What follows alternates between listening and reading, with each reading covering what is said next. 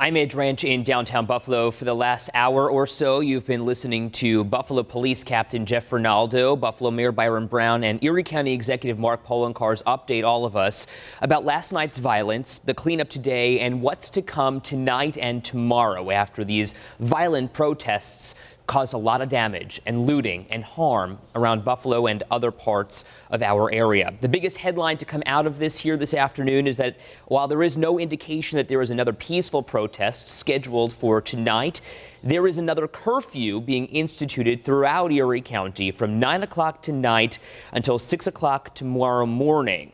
And this does not apply to essential workers. So if you're going to Tops, if you're going to Wegmans, if you work an overnight shift at a factory or a plant, make sure you have your ID with you if you do get pulled over, to show a police officer or a law enforcement agency that you are in fact supposed to be on the road and going to work. Just to reiterate, that curfew is in effect for all of Erie County from 9 o'clock tonight until 6 o'clock tomorrow morning. And although there is no indication of a peaceful protest tonight, there are concerns that there are people still in our community who are looking to do harm and create violence and incite riots just to rile people up and do harm to our community.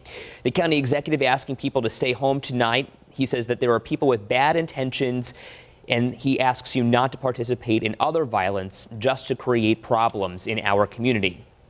So where are they focusing their efforts tonight? The county executive said there are indications that Cheektowaga might be a hot spot. So he's been speaking with leaders in the town of Cheektowaga, the town of Amherst, and West Seneca as well. There are also concerns about the Galleria and the Target in that area.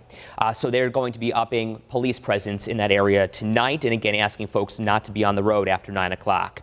We also have some video of somebody throwing a basket of fire into City Hall last night after all of this was going on. Toward the end of the night, we actually caught this on camera, and if we can roll that video in the control room, that would be great, because I want to make sure that we're showing folks the severity of what actually happened.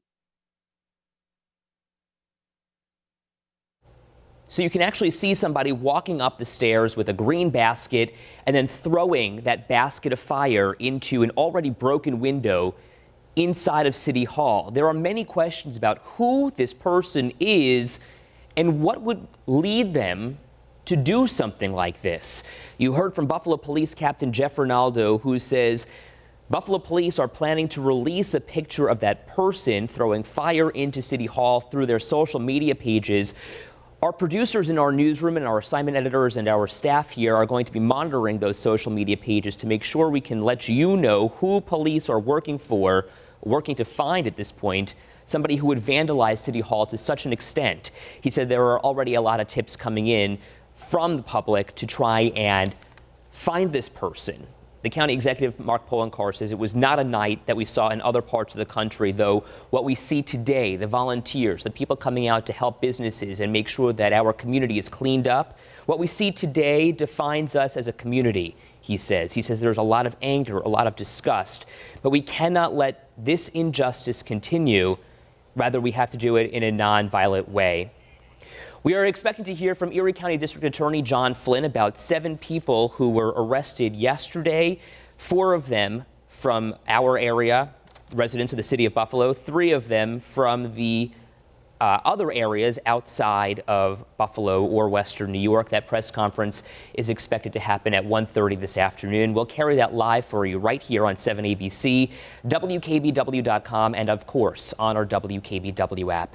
It might seem like our community is at a crossroads right now, but if we take the high road, folks, we get through this together, because together we are Buffalo strong. I'm Mayor Ranch in downtown Buffalo. I'll see you tomorrow morning right here on 7 Eyewitness News starting at 4:30. Have a great day.